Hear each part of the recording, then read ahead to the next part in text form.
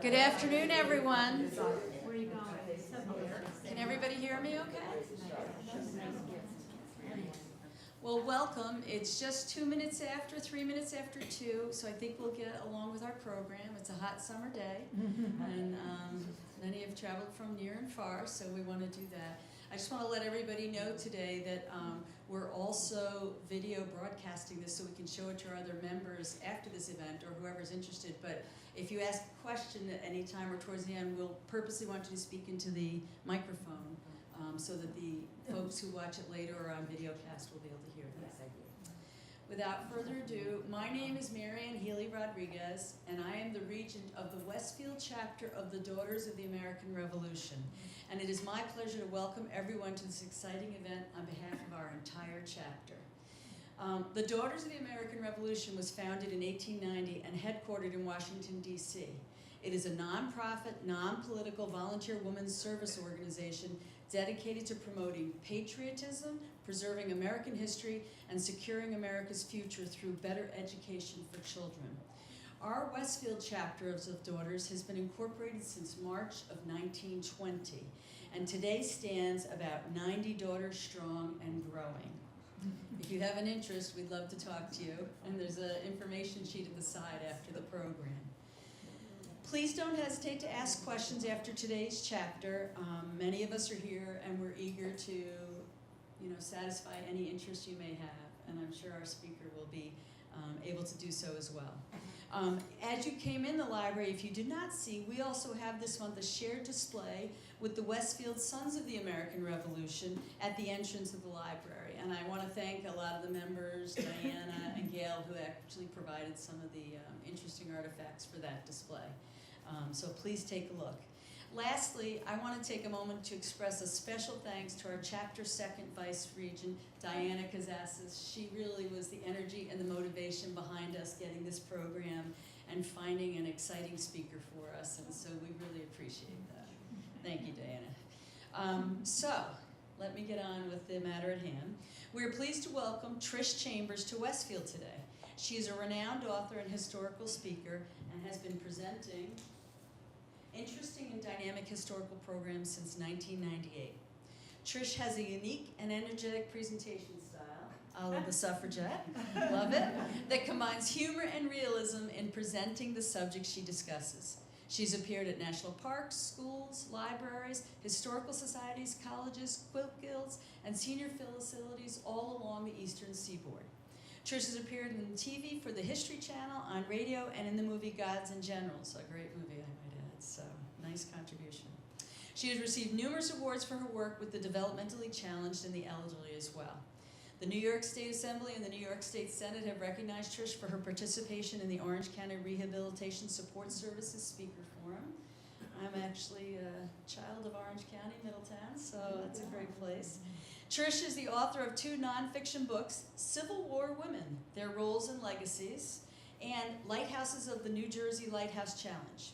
She is a recipient of the Business Advisory Council National Leadership Award as well. Trish works diligently to produce authenticated, historically accurate, and thorough researched historical presentations, and we are fortunate to have her with us today. Which now brings me to today's topic. Suffrage, the fight for women's rights. Women today enjoy many rights and privileges that their forebearers never knew. And I might add, rather immediate forebearers as well, the last century. This program chronicles the fight for the woman's right to vote along with other rights that they were previously denied. An eye-opening discussion of how we have gotten where we are and where we still need to go. Meet the woman who drove the fight to recognize as U.S. citizens equally under the law, performed in period costume. Trish, we're excited to have you here, and our chapter, I want to make one comment. We were really jazzed up with the 19th Amendment that came up, and COVID kind of swooped through. And I feel like this is a great recovery for the pandemic, that we bring this topic back. It remains as important as ever. And as a woman whose grandmothers did not have the right to vote till well into their 20s, I could not be happier to welcome you. Thank you so much. That was lovely. And I really want to thank Diana for finding me. She and I worked years ago, not in the field of entertainment, but real estate. And it was so wonderful when I heard her voice. And when she first called, I said, Casasis, I know that name. And son of a gun, if it didn't all come up. So thank you again, Diana. This Trish Chambers Productions is actually a family business. I want to introduce my sister, who will be my technical person, and my husband, Fred, my sister, Zan. Okay, so thank you again for having us. Let's get started. One of the things, I wanted to show you the sash, the colors in the sash have purpose. The gold is for hope, the white is for purity, and the purple is for dignity. Now, the British suffragists used to have a green instead, and it was the same, basically meant the same thing, just a different color. Another note about the British, they were at this long before we were, believe it or not, and we got the vote in 1920. They didn't get theirs until 1923, despite the fact that they were blowing up broom closets in their government buildings. Well, in 1776, we know we had the American Revolution.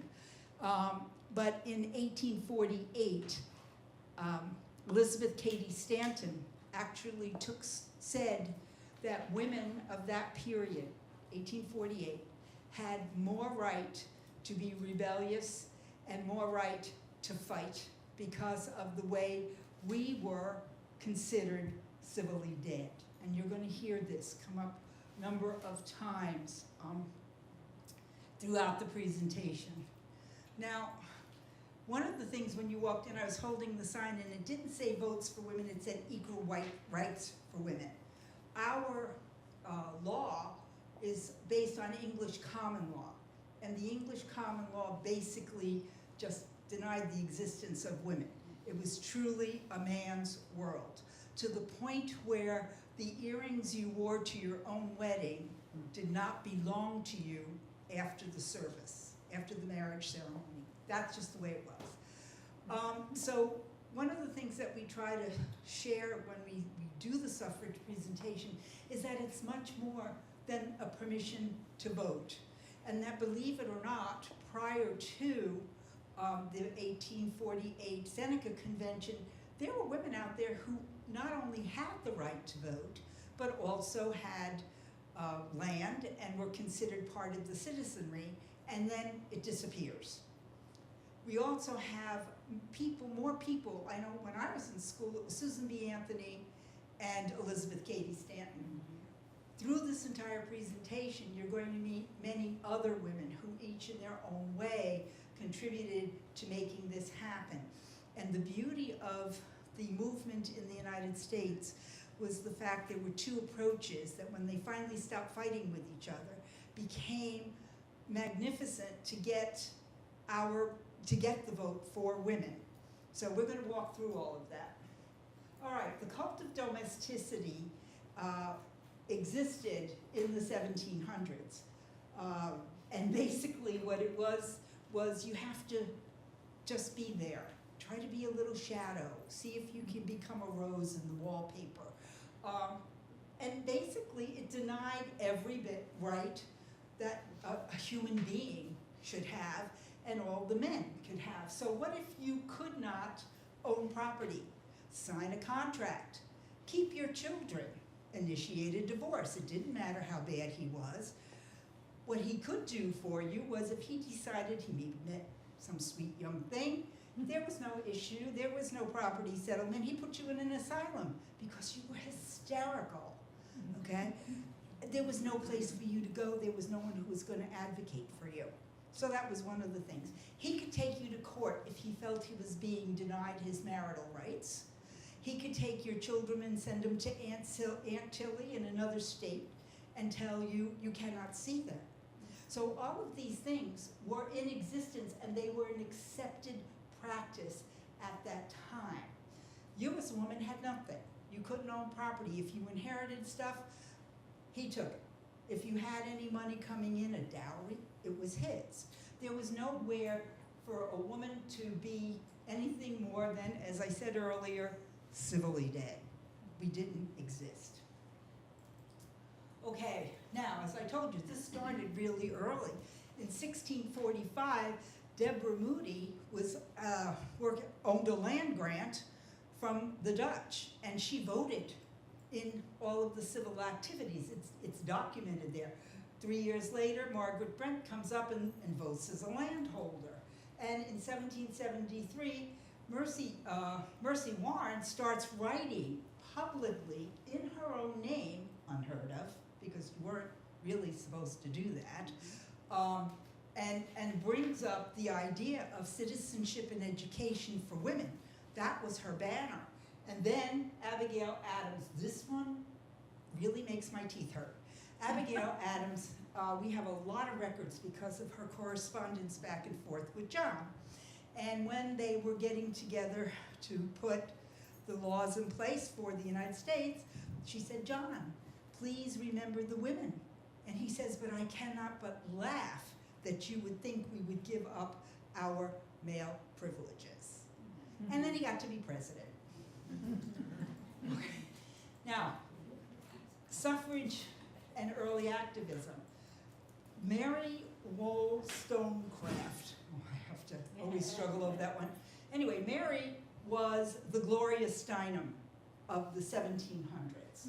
She wrote this thing called The Vindication of Women's Rights. And in it, she takes everything that's wrong with the government at the time and identifies the fact that, hey, women are not chattel. You don't own us. We're not some, we call them, I guess, trophy wives today. You know, we're people. We have a right. We have to be educated because we are educating the children. That was our role as a woman, to stay home and be with the family. Even in farm families, women didn't necessarily have to go out in the field, but they had to do everything else. And so at the end of the day, she's saying, if we aren't educated, how can we educate the children? She also put up the idea of equal citizenship. One of her pet peeves was the fact that the men could do this, and this, and women could not. Why? Well, the excuses were pitiful. Oh, it was too much for them to handle, they were going to get sick. I mean, and this didn't go away as late as 1910, and you can go out on the internet and check this. By 1910, women were going to college, and there are actually articles out there that said a woman who carries a full collegiate course will suffer uterine congestion. I did not make that up, it is out there. Okay, by 1840, Lucretia Mott is a Quaker. Within the Quaker community, you have always had equality. The Quakers educated their boys and their girls. They worshiped together. They did what they had to do. So she now starts a drive within the Quaker community to achieve equality for all women. And Ernestine Rose starts out as an advocate for women's property rights. And the reason for that, as I told you earlier, our law is based on English common law. Well, there's a thing in English common law called primogeniture. it says that inheritances have to go to the eldest male. Now, I would have been really in a bad way. I am one of 4 girls. Okay. So anything my dad would have left, or my mom would have left to us, would have gone to my cousin, because he was a boy. It wasn't even his stuff, but he gets it anyway. So she starts to fight initially for property rights, because too many widows would be literally put in the street. There was nothing that said, okay, you're going to inherit all of this, but you got to make sure that this lady is taken care of. It was, oh no, dear, I want this house. See if you can find a bed sitter somewhere. Okay, so in 1848, Elizabeth Cady Stanton ends up putting together, quite by accident, by the way, the Seneca Falls Convention.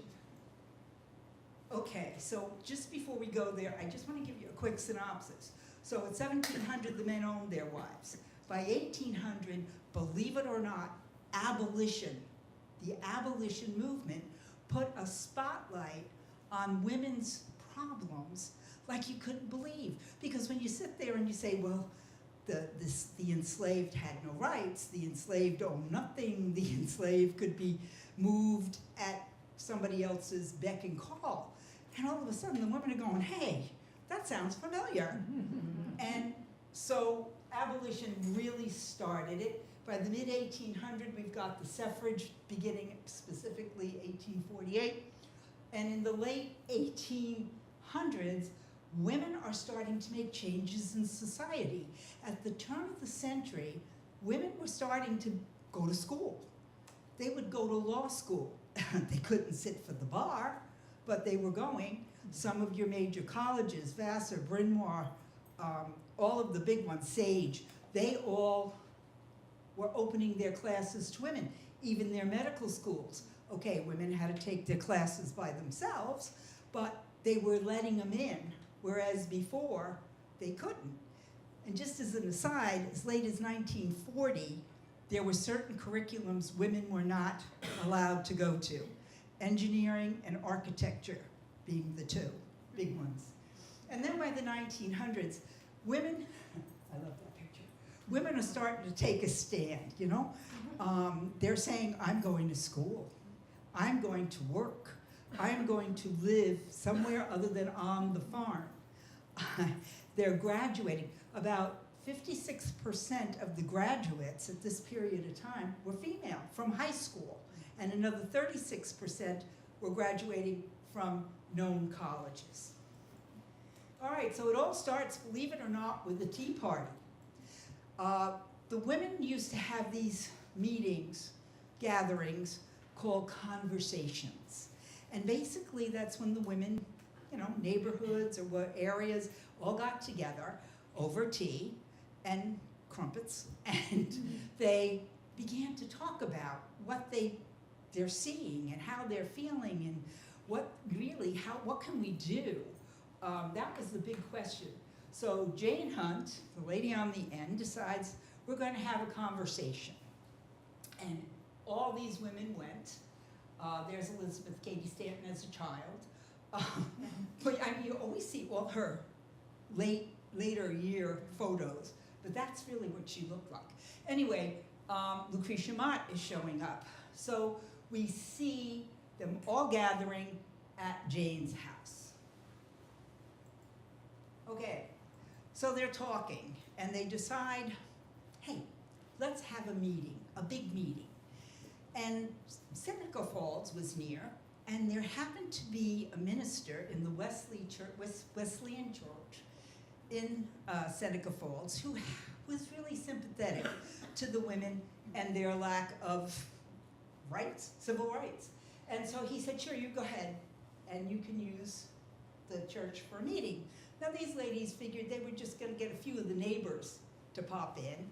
So they published this thing, call and say they're having this meeting, and it's going to be for 2 days. And that's basically all they said. Well, it actually is the very first activity of the civil rights movement of this period in our history. They write this thing called the Declaration of Sentiments. And when you read it, I absolutely love it because basically, I believe it was Mrs. Stanton who said, oh, I know what. Let's use the Declaration of Independence to make our statement. And so what they did was they changed the wording in the document where it said King George of Great Britain, they put in all men. And in the statement that said all men are created equal, they fixed it and said all men and women are created equal. And then they put together, as part of this thing, a list of 16 grievances that they had as women. Things like they couldn't participate in the professions, they couldn't be in the clergy, they couldn't go to school, and the thing goes on for 16 reasons. And then they decide that they are going to maybe, bolster this up a little bit. And my favorite person, Frederick Douglass, is the keynote speaker here, along with many other women who got up and made speeches. Now, the morning of this thing, they arrive at the church. Seneca Falls has about 8,000 people, so it's really not a big metropolis. But of 8,000 people, 300 of them were sitting in the church. And the ladies become like deer in the headlights. They'd never done this before, and this is a little bit bigger than their normal conversations. So they recruit Lucretia Mott's husband to chair the meeting, and Stanton's husband actually leaves town. I know nothing, I wasn't there. So they have this convention, and you have, ladies and gentlemen, this is printed, but there were actually, you can see a little bit of it down here, there were actually signatures on this document. The first day they read the Declaration of Rights with their 16 grievances, and then they read the 11 proposals that will fix these 16 issues. Well, the second day, they reread it. They've already had the keynote speech from Douglass. Everybody's kind of into this if you're in the room. And they start voting on the resolutions. 10 were approved unanimously. Guess which one made it on the majority? The right to vote. There were women there, maybe some of the men, who, oh no, you can have those other 10 things, but no, don't start with the vote because you're a woman, and really, how are you going to handle the household and the rest of your life if you're out there being involved in the government? Anyway, they move on. Now, after this thing, it's a mixed bag in the press. Some of them actually gave page space to identifying and showing, hey, these are the things that they're not happy with, and maybe if we really think about it, at least a couple of them are valid. Others became very hostile. They were called old maids. They were not considered feminine. The clergy called some of them ungodly. All of them were just these old, frustrated hens who couldn't find a man even if they wanted to. Now, the reality of the situation, all 5 women were married. All 5 women who started this shindig had children. And, they were not frustrated. They were not insane. As a matter of fact, they were probably more sane than some of the people who were painting them with a black brush. Now, after this meeting, we have new activists joining. Lucy Stone becomes a real hitter. Ernestine comes in there and goes from just arguing for property rights right into the head of the parade, as did the others, but some more so. Now, the ridicule after a while, by 1850, gives way to reason. So let's talk about it. What is suffrage? Well, suffrage is the woman's desire to be considered a citizen of the United States along with everybody else. It was that simple. And yes, if you do that, you have the right to vote. Okay, it sort of comes along with it. Now, there were factions within the suffrage movement that said, no, we're going to only go for the vote, and another bunch that said we're going for everything. And that drove a split amongst them, but they all were still very active. Now, there's a difference between a suffragist and a suffragette. You see the word suffragette used, and today it's fine because we understand the history. But at the time, that was demeaning. These women were suffragists. They were activists. They were out there making changes or trying to. And when they were spoken about, especially in the press, they were called suffragette because anything with an et is small. It means they're small. And so that was sort of a backhanded slap to say you're tiny and you're insignificant, and basically you're just making a whole lot of noise here. Now this thing between 1850 and 1861, it is gathering momentum like you wouldn't believe. You have people out there who are women who take the car and start, not the car, the horses and the trains, and go out into the American outback, if you will. When they ran out of track for the train, they got off and they started walking. They started to bring the message to the really rural areas. And as I say, they were really, really gathering momentum, but the Civil War comes. And we have to put this whole thing on hold. And they're thinking, oh, okay, though, there are 3 amendments coming out, and abolition has shown us that we too are oppressed. We're going to be taken care of. Well, the 13th, the 14th, and the 15th came out. They're not even mentioned. Nobody cares. And when they went and questioned that behavior, they were told, this is the black man's time. You need to be patient. Little pat on the head, go away. Some of the women decided it wasn't going to be quite that simple. And so they went out and they continued with their activism, and they began to have civil disobedience, like the women who refused to pay taxes or intentionally showed up at the voting board knowing full well they couldn't vote. And most of the time they were removed by the local constable. And that brings us to the story of Minor versus Happersett. Now I'm going to use my book because there's a lot of information here. Minor versus Happersett. It ends up happening that Virginia Minor, who was born in Missouri, she is free. She is a white citizen of the United States. She is a resident of the state of Missouri. She's over age 21, and she wishes to vote for president and vice president of the United States, as well as the representatives in Congress and any other offices that were open to the election. The registrar, Mr. Happersett, decides that she can't do that and has her arrested because she's a woman. It doesn't matter that everything I just read you is point by point in the Constitution that says you have the right to vote. Well, she decides she's going to press this, but remember I told you in the beginning you couldn't sign a contract, you could not initiate legal activity? Well, how is she going to take her case?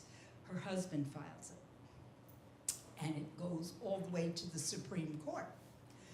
The Supreme Court takes a look at this and says, oh no, we can't get involved here because the Constitution doesn't talk to the states to tell them what to do. Well, not exactly. Any lawyers in the room? That's not quite right. At the end of the day, they throw it back. The decision becomes that they throw it back to states' rights. They will not say that she has the right to vote because she qualifies. Nope, it's up to the states. So they wash their hands, and off we go. And where are we? Nowhere. Absolutely nowhere. That particular decision is right up there with the Dred Scott decision from the Civil War. And those are considered the 2 worst decisions that were made. So by 1869, we have one group of women based in New York, and their unit is headed up by Elizabeth Stanton and Susan B. Anthony. That was in the spring. By the autumn, we have another group coming up, led by Lucy Stone and her husband, Henry Blackwell, and they're based in New York. And basically, this is where those two arguments come. How do we make this happen? Stanton's crowd wants a constitutional amendment. She only wants female members to be in this organization that's going to fight for that, and it's open to everybody. You know, as long as you take nourishment and sit upright, you can come. The other group under Lucy Stone is saying, we have to win suffrage at the state level. They threw it back to the states, and so we need to go state by state. They didn't care who came. They only were focusing on the vote. This group is focusing on civil liberties. And they only would recognize state organizations, so the average person couldn't come. Now, by 1869, we have territories that are really forming up nicely.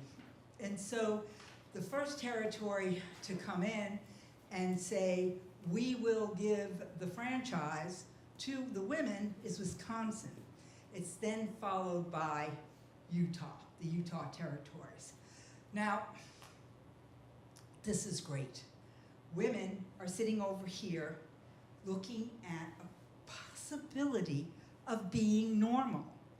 Why did the territories want it? Well, the ratio to men to women was 8-to-1.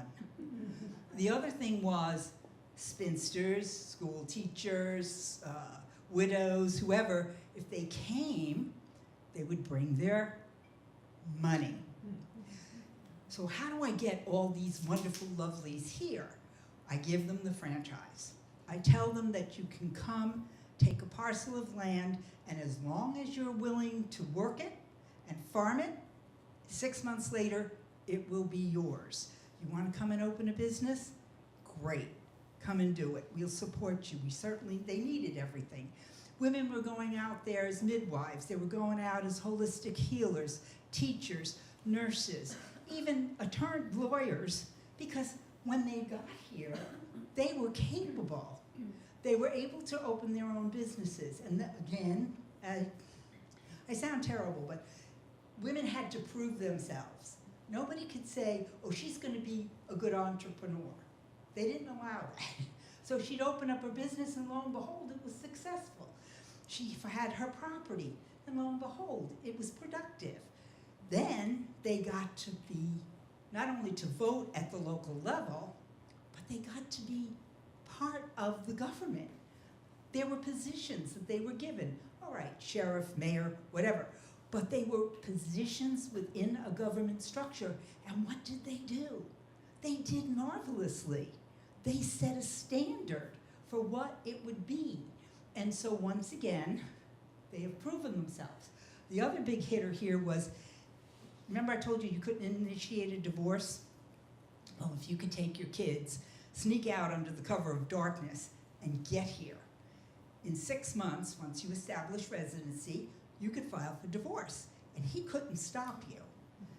And, oh, by the way, you can keep your kids. Isn't that wonderful? But you have to go clean across the country to make it happen. Okay. Now, between 1870 and 1890, their activists are present in Congress with petitions demanding equality. For 42 years, the petition that ends up becoming the federal amendment is what it was first called, is presented at the opening of Congress for 42 years. And what happens? Okay, we're taking a vote, women vote, no, okay, thanks, see you next year. It took all of 3 minutes, and it was always the first thing on the docket. Now, Aaron Sargent introduces the 16th Amendment, and basically that is the verbiage. And it says you cannot discriminate. In 1882, so he brings it in the first time in 78. In 82, the Senate and the House get a special select committee, I love them, 5 years they spent in his committee talking about this thing, hoping it's going to die and go away. By 1887, the amendment moves from committee to the Senate floor, and what do you think happens? They vote it down. You know, I don't understand why the senators in the House of Representatives don't talk to each other, but they don't. This thing passed the House more times and died on the Senate floor. Now we're at the turn of the century, and as you can see here, we've got women graduating in the professions, nurses, lawyers. They have they're teaching. The Industrial Revolution opens up jobs, okay? And so here they are in factories or being telephone operators or doing something that earns them money. And now, not only do I want to be civilly equal, I have the money maybe to make it happen. And so we move on to the idea of 40 years later. Now, 1848, so it's 1888, the Seneca Falls original crowd have aged. I mean, they've earned this picture. And the state of the women's rights is now starting to be looked at around the world. And so they have this major convention.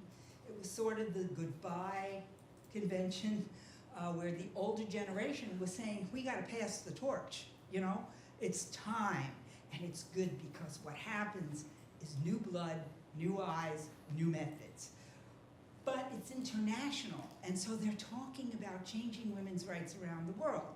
And once again, everybody's in sync, everybody thinks it's great, except, believe it or not, the European women would not bring the item that said women have the vote. They all felt uncomfortable doing it, and they didn't think it would work in this country. And so they formed this International Council of Women, and the two factions that were fighting now join into one single unit, NAWSA. Okay? And the new group comes in. Now the next generation's primary responsibility is to change society's perception of women.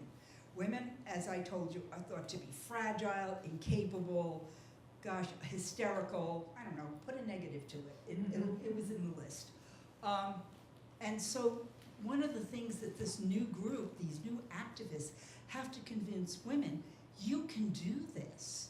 You don't listen to what you're being told. You know, if you spend your whole life being told you can't do that, you won't do it. Unless somebody grabs you by the paw and says, come on, I'm going to show you that you can. The biggest problem here was to persuade the liturgy, the clergy.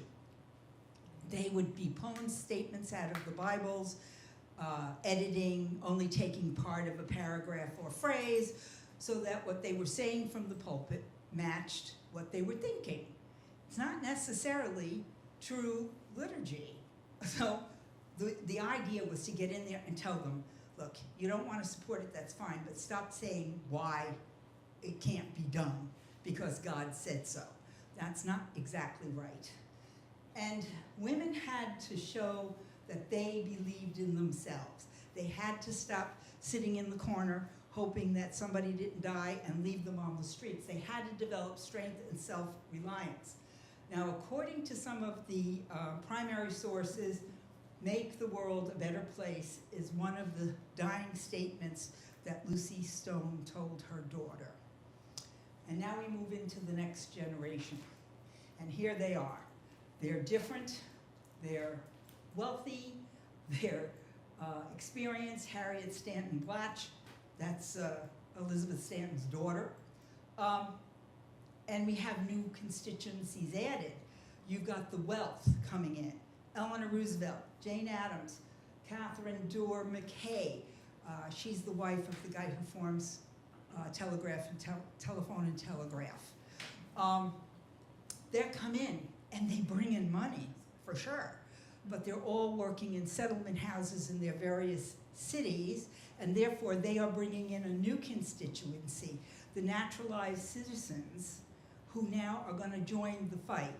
So what we're seeing here is from the first 5 to a larger group this is going to grow into a national issue. And it's wonderful because Alice Paul and Lucy Burns are a pair. They one thinks of it and the other one executes it. They're marvelous with each other. And a lot of what happened during this period of time happened because of them. Carrie Chapman is a gift because while these two are out there keeping the idea of the suffrage thing in place, you have Carrie Chapman making nice with Wilson. And I'll show you how that worked. And then Harriet Blatch was in Europe, and she said, my God, you people are like milk toast as compared to what's going on out there, and you keep this up, nothing's going to happen for you, that's for sure. Alva Belmont, extremely wealthy. And then, of course, we all know these brought money and people. Now, one of the things they did to raise money for the suffragists was to hold these teas, luncheons, and dinners. And they actually, this crowd and the ones in the mansions down in Rhode Island, they used to throw these shindigs.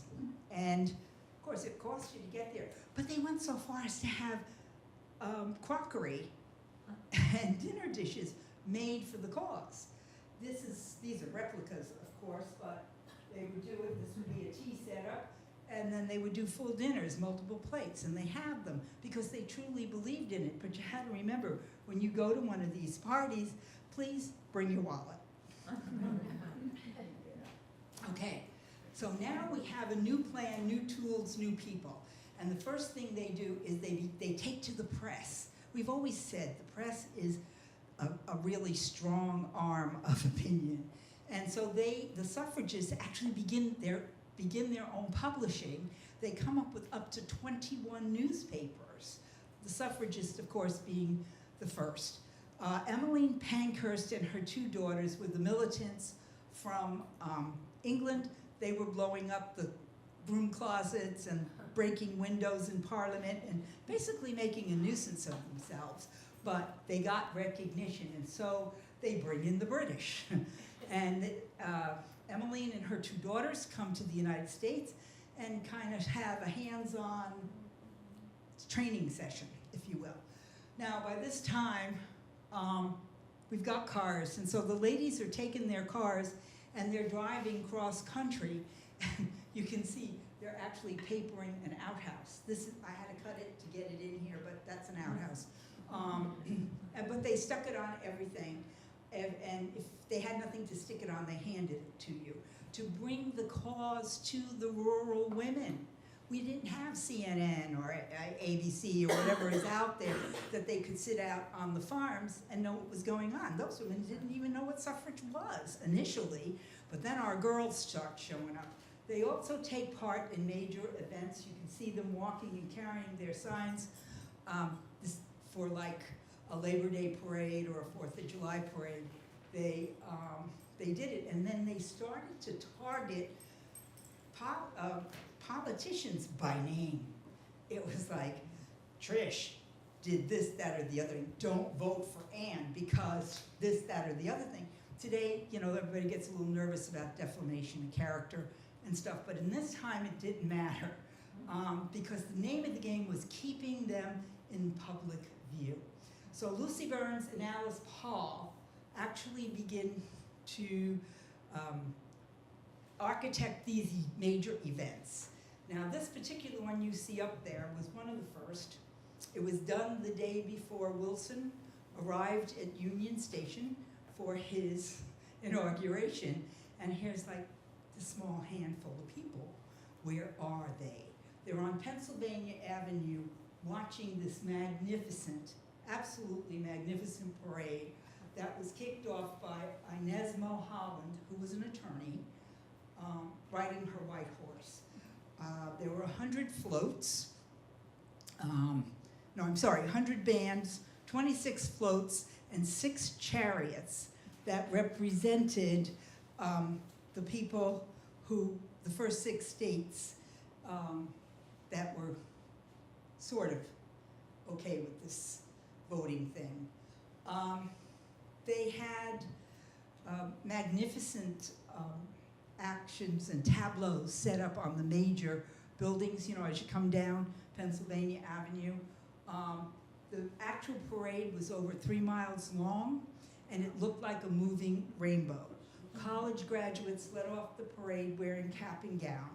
And then after that, every profession, I don't know what the colors were exactly, but teachers in pink, nurses in yellow, and every profession or group, the African American women who participated had a color. And so this rainbow basically starts walking down Pennsylvania Avenue, and it's a sight to behold. Well, there's a part of Pennsylvania Avenue, somehow it got into a bottleneck. And when the parade got there, the women were attacked. I mean, attacked, knocked over, dragged around by their hair. Hoodlums were paid $1 for every sign that they could rip out of somebody's hand, or a banner like this. Whatever they could bring back, there was a reward. And what's happening? Where are the police? We're watching. They are watching. Women are hurt. You can see it turns into a free-for-all, and the newspaper picks it up, and they are the first ones to identify the fact, where are the police? They're standing there watching this happen. Well, Lucy Burns is thrilled out of her head, and she demands a congressional investigation. So this was their method of trying to keep this thing in front of people and trying to understand. So Inez becomes a legend. She becomes the celebrity of this whole thing. And lo and behold, one day she's giving a speech and she dies. And so instead of being the celebrity of the cause, she becomes the martyr for the cause. And we now have a whole new bugle call for people to step up. Now, there's an anti-suffrage movement going on, and they're as well organized as our lady suffragists are. And who are they? Well, the businessmen, they were in the pockets of the major corporations, okay? And they knew if the women came, they were gonna find out. So they didn't want any part of it. Prominent women, good for them, said, I'm very well taken care of. Why would I want to vote? My husband does everything for me. Good for you. You're the minority. There's a whole bunch of women out there who don't have what you have, and they need the vote because they have to change society. You had, again, the clergy thumping the Bible. Heads of households, there were husbands who actually divorced their wives because they were suffragists. If any of you have seen Iron-Jawed Angels, the husband says to her, why are you doing this? You have 2 children. She said, that's right, that's why I'm doing it. Because she knew she didn't want her children to grow up in the world in which she did. The head of the political bosses, that's a no-brainer. They didn't want to get caught. They knew the women. But the real hang-up here were the liquor manufacturers, distributors, and the farmers who supplied the grains to make the alcohol. They figured they're going to come in here, they're going to start this temperance thing, and we're going to really all be sunk. Okay. Oh, yeah, thank you, Ann. The symbol of the suffragists was the sunflower. Well, if you're going to wear a flower, I have to wear a flower too. They picked the red rose. And it comes into play later in the story. Okay, so what are they doing? They decide they're going to take the issues to the president. So they start to stand outside the White House with their picket signs. And this group grows to like 1,000 women who are there through 24 hours a day, except Sundays. And they just don't do anything. They just stand there with their signs. But the signs are all excerpts from Wilson's speeches. So they're basically beating him up with his own words. The simple explanation is he's over there sending our sons and daughters into World War I in Europe to fight for their freedom, and you've got 50% of your population right here in your own country that you were basically ignoring. and that aggravates us. Anyway, so they start demonstrating at speeches. They start the Sentinels here, and it's funny because it was the press that started to call them the Silent Sentinels, because they didn't say anything, they just stood there. But they too were subject to being spat upon. Their hats were ripped off, their signs were stolen. I mean, it wasn't exactly a fun deal, but they all did. And of course, they're definitely out there publicizing Inez's death. And the first, Janet Rankin was the first woman congressman. And she walked in there, and the first thing she said to Wilson was, "I am here to make sure that you understand that I am here." Smart woman, huh? Well, guess what happens? World War I comes, and basically what you see on this side as a war measure are all the things women, just like they were going to do in World War II, stepped up and kept this country going. And all they were asking for was one thing: can we have the vote, please? And here you see everything that they're doing, and we get another split in the organization, because you got a bunch that don't want it. They don't want to do this. We stopped during the Civil War, we should stop during World War I. No, we can't do that. And the thought process behind it was, we've got to capitalize on the fact that we've got 2 million members under the leadership of Carrie Chapman, Cat, who are there volunteering to Wilson to say, "Tell us what you need." You had 13,000 of those women in the Navy working in clerical jobs, but they stepped up, as did the ones who ran the farms and everything else. So we've got the Silent Sentinels out there. This is his speech given April 2nd, 1917, and then they make a mistake. They take that one step too far, and they start comparing Wilson to the Kaiser, where we are there fighting a war. Well, the first thing that happens is the military gets angry. You have just stepped on the throat of my commander-in-chief, and you can't do that. So now we got the military angry at them, some more people to abuse them, and then the Russian envoy is coming to meet with Wilson, President Wilson, and they put this sign up: "President Wilson, we do not have a free country because he won't let women vote," basically. And all of a sudden, I mean, it didn't take the military to get mad. You see this guy throwing something on her, and that was just the first shot fired. All right, now it begins. From June to September of 1917, arrests and abuse starts to take place. They start to actually arrest the women, throw them in jail, give them clothing that doesn't fit, 2 left shoes. They were not allowed to have sanitary facilities.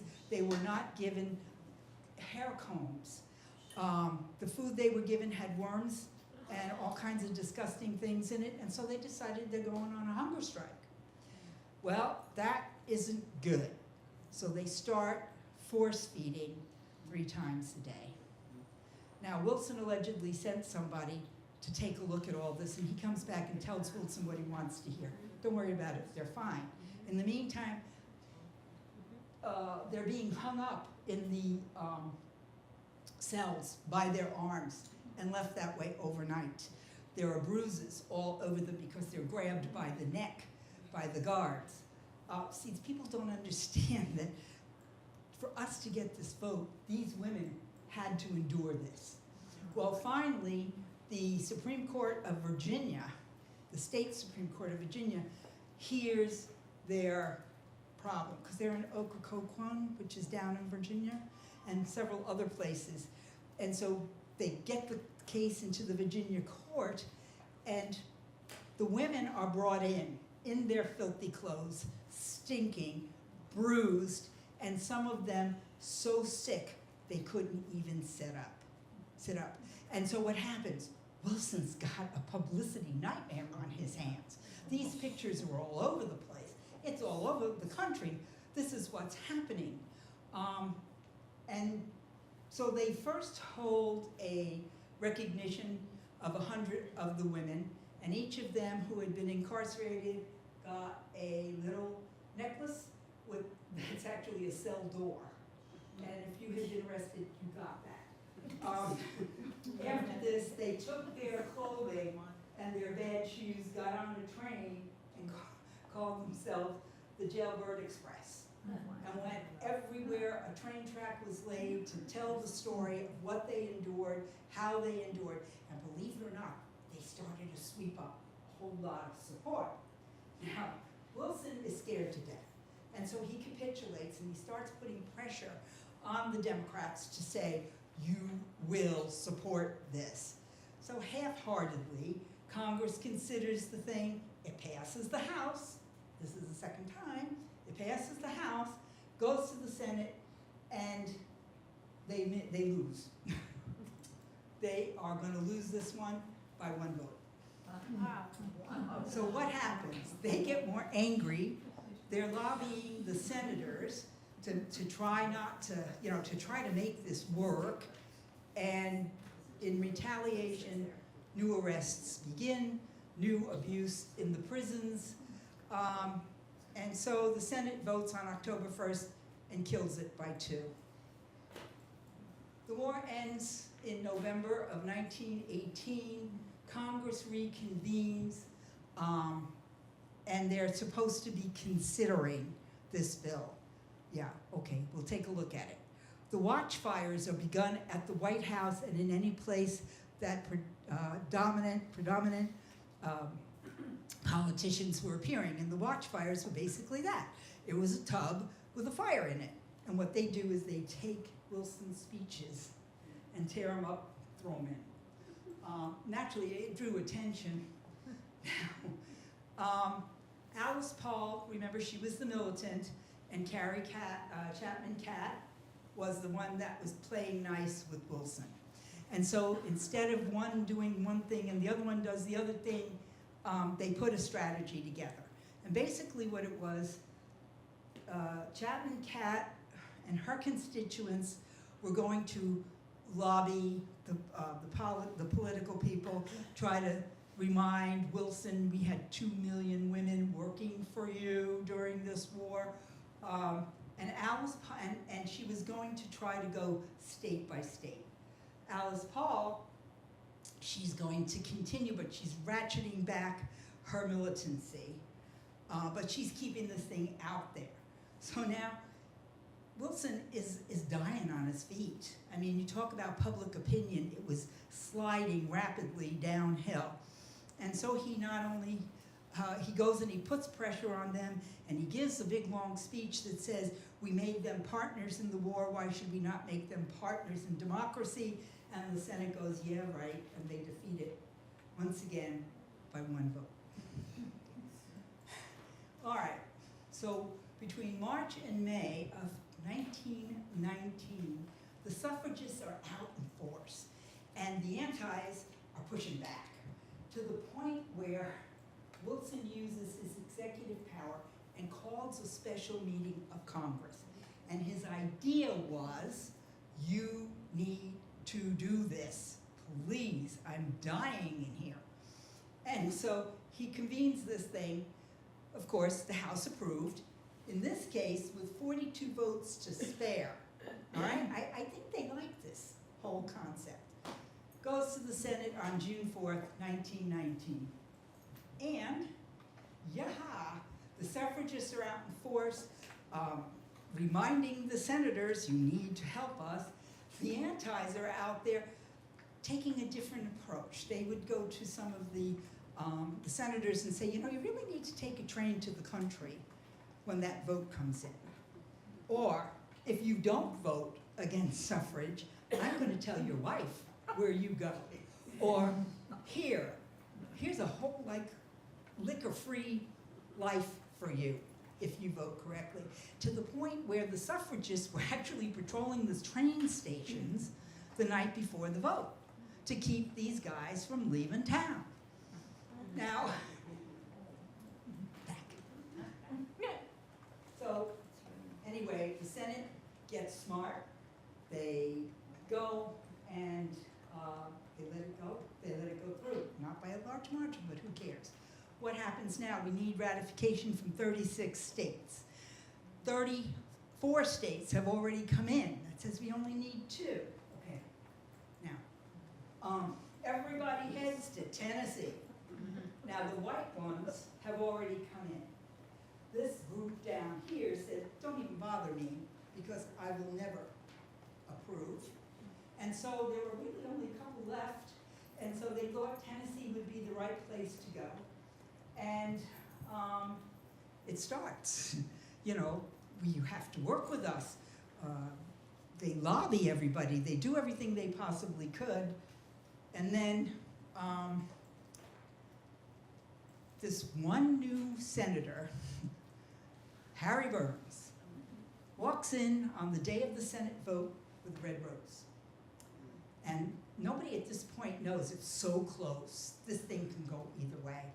He's 24 years old, but Wilson had already spoken to him as the newest senator. And he's got the red rose, but he votes for suffrage. And people are astounded. And they got so angry at him that he literally went into hiding for 3 days. When he could finally show his face again, they said to him, what did you do? You've been an anti the whole time. Well, he said the first thing was, I wanted to let people see that the Republican Party would support votes for women. Oh, okay, that's noble. What's with the rose? Well, he said, I got a letter from my mother that morning. And she said that I needed to help Mrs. Chapman Catt to get this thing ratified. And so a boy needs to listen to his mom, and I changed my vote.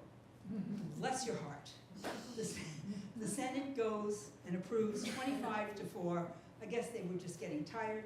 The House and the House votes again on the 18th, but nobody cares because it's a done deal. And the 19th Amendment becomes law, and the verbiage that's there is that they have no right, that right of citizens of the United States to vote cannot be denied or abridged by the state. Remember the Supreme Court thing? The only thing that overrides a Supreme Court decision is an amendment. The new amendment says that even though the Supreme Court says it's a states' right thing, this thing says by the United States as a group or by any state as an individual because of sex. And we finally go out there. Okay, there's celebrations, of course, all over the United States. Burns actually gets a chance to hang out her flag. She was working kind of closely with Chapman Catt, and every time a state would come in, she'd put a star. And so there was her finished product hanging from the balcony, and the women are now voting. Yay. Okay. Now, the beauty of this thing, it came out in time for the women to vote in the election of 1920. And 27 million women had the right to vote. I would have been standing out there in the rain. Some of them didn't bother. And then a couple of years later, when they analyzed all the voting, 90% of the women voted with their husbands. So that's okay, they're voting. That's all that matters. Well, what happens after this? We have women who are applying and running for and successfully winning positions like governor of California, Congress. They're running at the state level, at the local level. Women have broken out of that cage, and they're stepping up and they're doing their thing. And so, in conclusion, we had 72 years to prove what women knew from day one. And basically it was, she can do both. She can actually have a home and a husband and a couple of kids and still be able to vote. She doesn't have any kind of health issues because of it. And so she's out there. And I guess 10 years later, after the suffrage victory, a newspaper remarked, "Suffrage has not disrupted the home, destroyed the church, or undermined the pillars of the state." That one statement alone addressed all the old arguments that were used against women. Unfortunately, it had taken 72 years to prove what she was saying back in 1848. That's the story of suffrage. I thank you all for coming out. If you have questions, I'll try to answer them. If not, again, I thank you for coming out on this lovely day. At least you got out of the heat, right? This could have been an outdoor thing. We have a question? You have to use the microphone because we're free-streaming. I don't know if you know the current statistics, but let's say in the last presidential election, if you look at, say, the minority groups, women, men of color, compared to the dominant group, white men, do you know what percentage in those groups actually voted in the last presidential election? In the last presidential election, sir, do you have a number? For women, I Wait a don't- minute, wait. Remember, we're streaming. There you go. I know women are, I think, 7% over half, so like 57% of the total. It's hard sometimes, but I think it's well over half. Not well, but you know, it No, it means is, a lot it when is it's well. 7 out of every 100. Yeah. I think it's 55 actually, maybe in 2020, and it was a little less in 2016. But it's expected to go up. It's more women vote than men, because women are 51% of the population. What Thank you about, for do recognizing you know that. men of color? What percentage of men vote? That's lower. That tends to be lower. Yeah. Because these are the groups that didn't get the right to vote till Yeah. later. So I just wonder, are they exercising that right? How does that compare to the group that always have? Men of color tends to be lower, but that's also due to a lot of voting restrictions, like, gerrymandering, so it's their impact, access to vote, lines, Okay, and what was the overall men then? Was it Men? less than 50%? No, that's of total voters. So it's not 57% of women that vote, 57% of voters were women, I think it was. Oh, I see. So I actually don't know that one, but more women vote than men, I do know. That's for true. I think maybe because we fought so hard for it.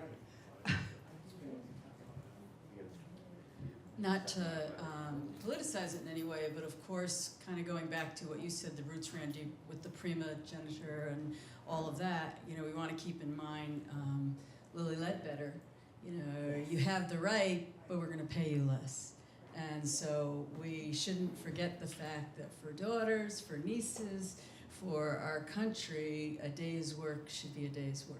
And I know I work in executive roles where my colleagues are compensated different, and I'm actually more educated and carry more responsibility. And so there definitely still is some differences that remain in the residuals of this, even now 100 years later past the vote. So it's good for us to remember that it's not something that was finished. It goes beyond for all of us. Good point. I was 32 years in corporate America, same situation. By the way, I just put my hand up and I saw this. This is what the suffragists wore in the 1912 nominating committee.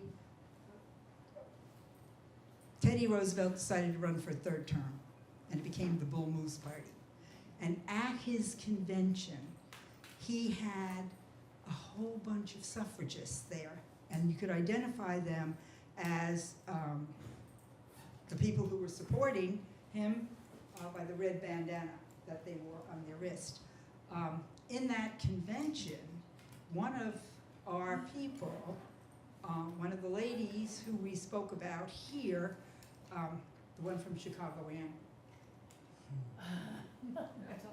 Adams. Abigail Adams. No, not Abigail. Jane Addams. She was this daughter of the wealthiest man in Chicago. She actually was on the dais and seconded his nomination. So you've got a whole bunch of suffragists at this thing. They couldn't vote for him even if they wanted to, but they were out there supporting their choice because he said, if I'm president, you get the vote. The problem was he had said he'd never run again, and by the time he fired himself up, it was lovely to see, but it was a colossal waste of his, you know. So the only thing I want to leave you with is I get really frustrated when I hear people say, I don't want to vote. I'm not going to vote. When you've read as much as I have with the primary sources and stuff, I really have to restrain myself because people died for this cause, and you're not going to go vote. Well, you don't like the candidates? Write somebody in or vote for everybody else. Do not sit there on your behind and tell me you're not going to vote. It drives me crazy. Ask them.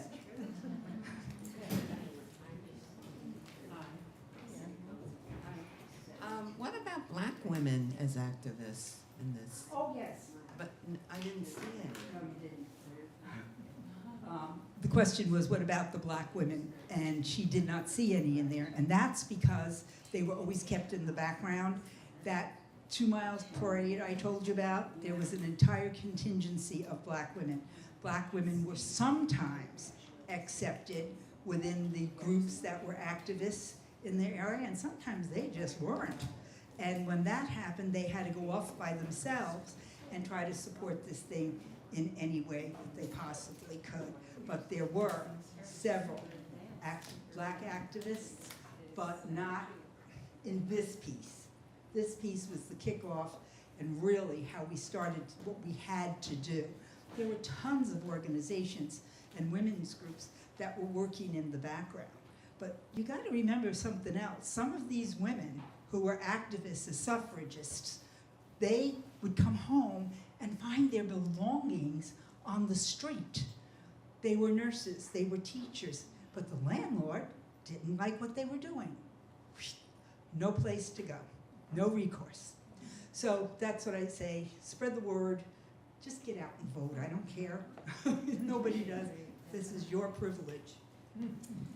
Let's have a round of applause for Trish. A great topic. Thank you so much. Thank you so much. We appreciate everybody coming and so glad to see the turnout. And we hope to have a recording that we can share with everyone as well to any reminder points of this. Thank you.